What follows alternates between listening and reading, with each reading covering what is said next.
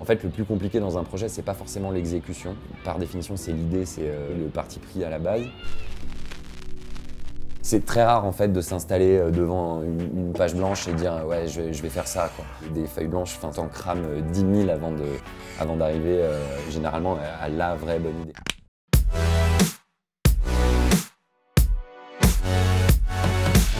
Je m'appelle Anatole, je suis le fondateur de Parade, un studio de graphisme et d'illustration à Paris.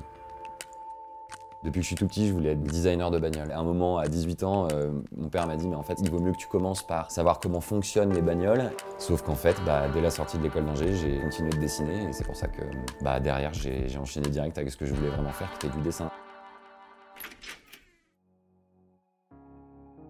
Le numérique, tout ce qui est vraiment Photoshop, Illustrator et tout ça, ça s'est fait petit à petit. Je me suis formé tout seul et c'est grâce à YouTube, des blogs ou des trucs. Ça t'apprend aussi je pense, à être persévérant.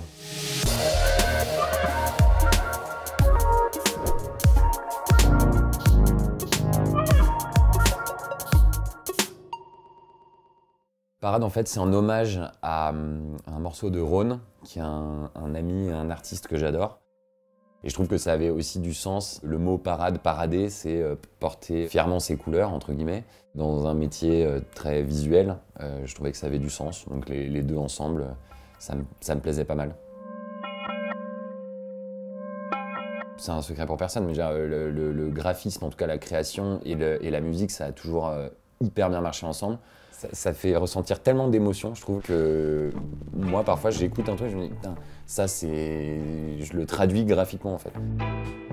Tout le délire un peu disco, funk, les trucs un peu vieux comme ça, je trouve que c'est une mine d'or d'inspi. Toutes les couvertures de vinyle de funk et de disco comme on disait, mais c'est incroyable, enfin, en termes de typo et tout, les mecs ils avaient peur de rien, ils faisaient des trucs, enfin c'est génial. Même les posters qu'ils faisaient à l'époque, les premiers posters pour les concerts de hip-hop à New York à l'époque, mais graphiquement c'est magnifique quoi.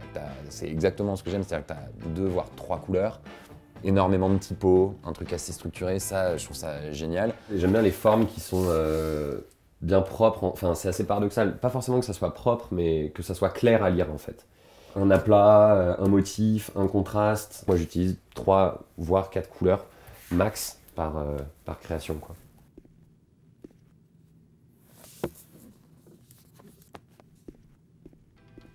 J'essaye de tester des nouveaux trucs, mais les couleurs sont globalement, je tourne un peu toujours autour des mêmes.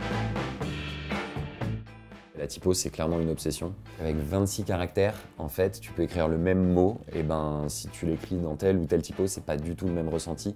Et tout ça se joue sur des dixièmes de degrés de courbure entre un A et un A, enfin je veux dire, et je trouve ça passionnant. J'aime bien quand il y a un peu d'humour ou une connerie cachée dans le truc.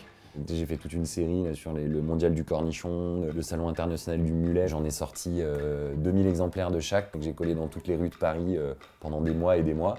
Et ça me fait trop marrer quoi. Et après, effectivement, l'idée c'était de faire graphiquement quelque chose de joli sur un sujet qui était inattendu, on va dire.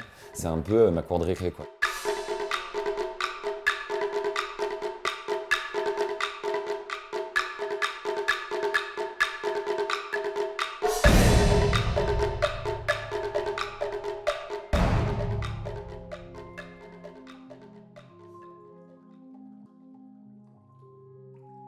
L'idéal, je trouve, dans ce milieu-là, c'est quand ça reste un jeu, entre guillemets. Là, t'as des couleurs, des formes, amuse-toi et fais un truc, quoi. C'est un peu, c'est une sorte de jeu, ouais. C'est une sorte de jeu.